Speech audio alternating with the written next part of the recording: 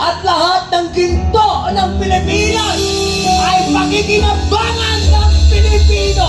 At lahat ng ministerial fellowship, babaliktad ang Pilipinas of the Philippines. We are on the edge of making history.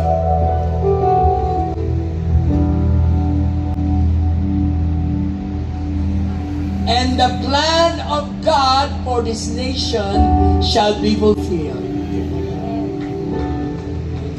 The great and the new America of Asia. At lahat ng ginto ng Pilipinas ay pakikinabangan ng Pilipino.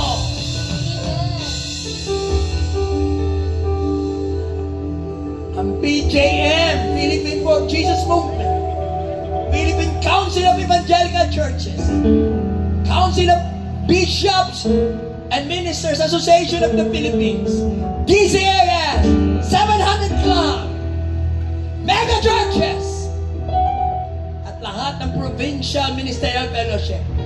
Pag nagkaisa tayo at umamin tayo kung bakit sugatan, hiwa-hiwalay at walang direksyon ang body of Christ, kasi ang Pilipinas ay sugatan. Kaya ito sugatan at hiwa-hiwalay at walang direksyon gawa natin. Kaya madilim ang Pilipinas at merong kabulukan. Kailangan po ang asin, kailangan po ang liwanag. Pag nagkaisa ang PJM, PCEC, 700 Club, DCAS, Mega Churches, at lahat ng Ministerial Fellowship, babaliktad ang Pilipinas. Gagawa ang Diyos.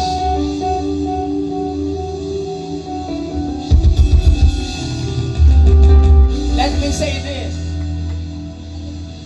The big one earthquake and the civil war ay hindi disiplina sa bansang Pilipinas. Ito'y disiplina sa born-again evangelical churches, body of Christ in the Philippines. If we shall become one, the big one will not happen. It will not come. But if we will not become one, the big one will come. And then we shall be one. Bakit? Wasak na tayo. So it's our choice.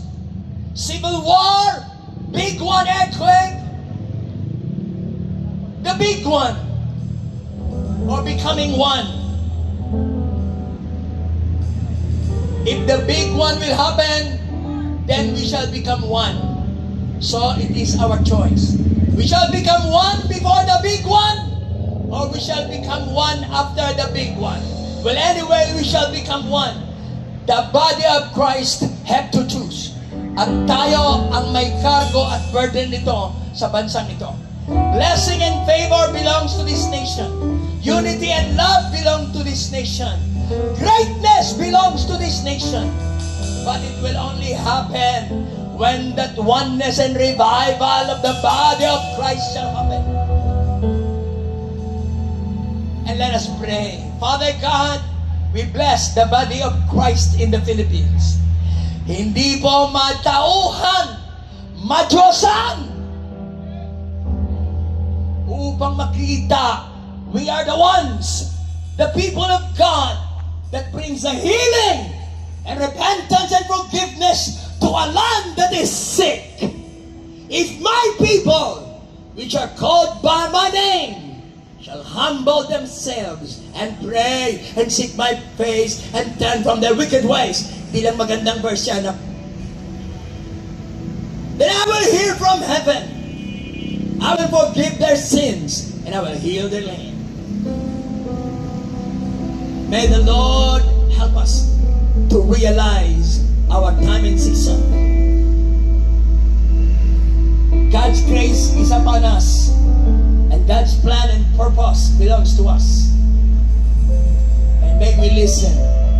May we have eyes to see and ears to hear.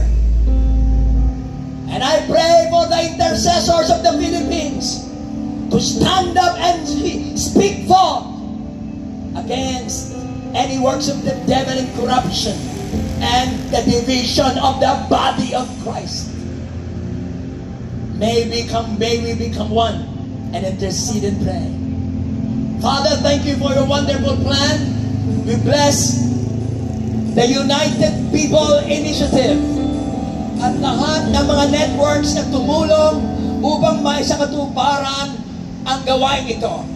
Binigyan ng platform ang body of Christ na makapag-worship, makapag-preach, at makapag-pray. Binigyan tayo ng magandang sound system. Binigyan tayo ng budget na magagamit. And this is the time and season. At salamat po, nakuha namin ang pagkakataong ito. And we pray, oh God, that whenever your susunod na mangyayari, our Father God is in control. And we bless our nation. We bless the body of Christ. We bless UPI. We bless ang mga patriotic men and women, spiritual people, prophets and apostles of this nation, na mga remnants na nakakarinig at nakakakita ng totoong kalagayan. We bless them. Father, prosper and bless this nation, for we are blessed already. We have everything that we need in this country. Salamat po, Ama. The grace of the Lord Jesus, the love of the Father, and the fellowship and communion of the Holy Spirit belongs to us, and all the blessings and the power of the kingdom of God. Salamat po, Ama. Pakikinabangan ng Pilipinas ang lahat ng pagpapala ng Diyos at sa bansang ito at pagpapala sa bansang ito. Kami at ang susunod na lahi ng mga Pilipino.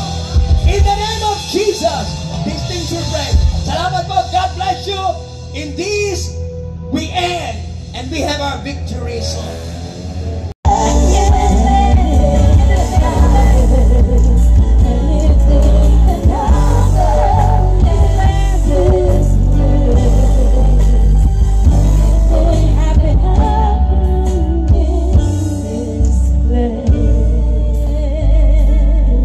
Sa bawat pag-aayos ng Diyos, merong mga nawawasak, merong mga tinatalupan, merong mga nabe-break. Ngunit pagkatapos nito ay panibagong pag-aayos, panibagong pag-aalain. Amen po ba? Pakisama po sa iyong katabi. Order, disorder, reorder, over and over.